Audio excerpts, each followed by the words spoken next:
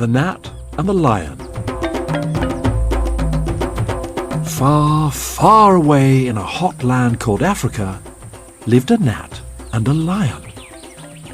These two creatures were complete opposites. One was weak and one was strong. One was huge and one was tiny.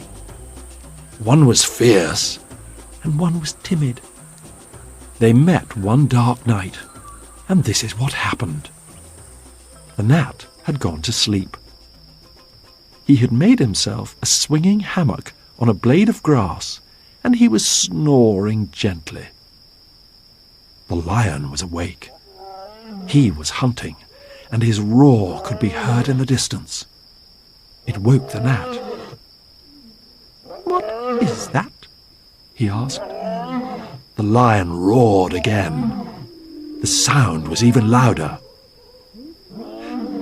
"It's getting closer," thought the gnat, holding his breath. A minute later, the lion came into view. When the gnat saw who it was, he felt relieved. "Oh," he said, "it's only you." This annoyed the lion. "Only me," he murmured silkily, narrowing his yellow eyes. "Are you aware I am the king of the beasts?" But the gnat wasn't worried.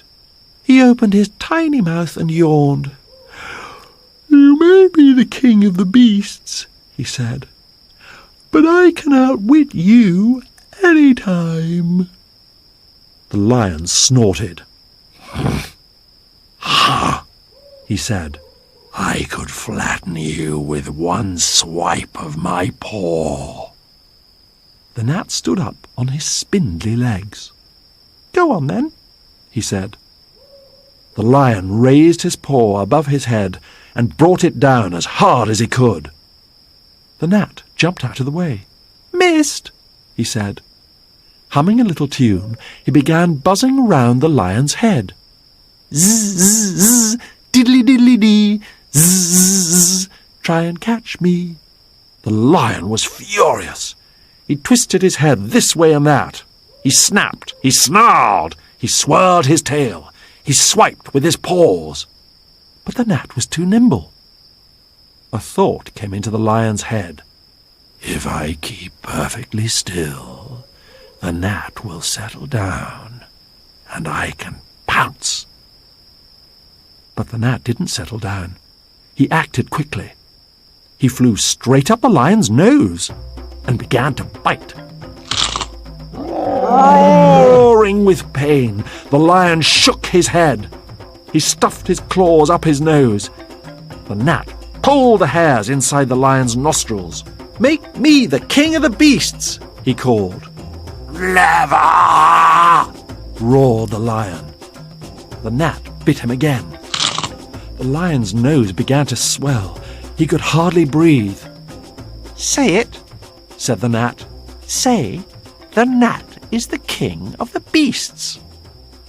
The lion could bear it no longer. "The gnat is king of the beasts," he muttered.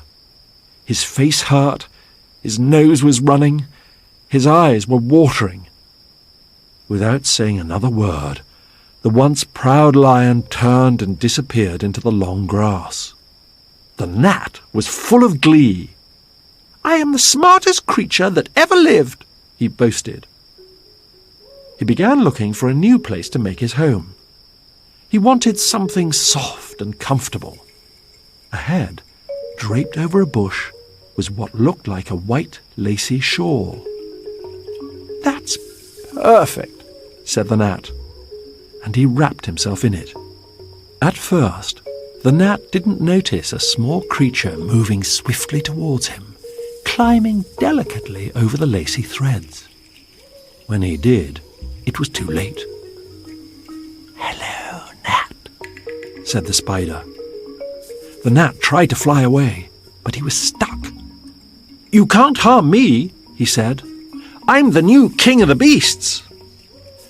"We'll see about that," said the spider.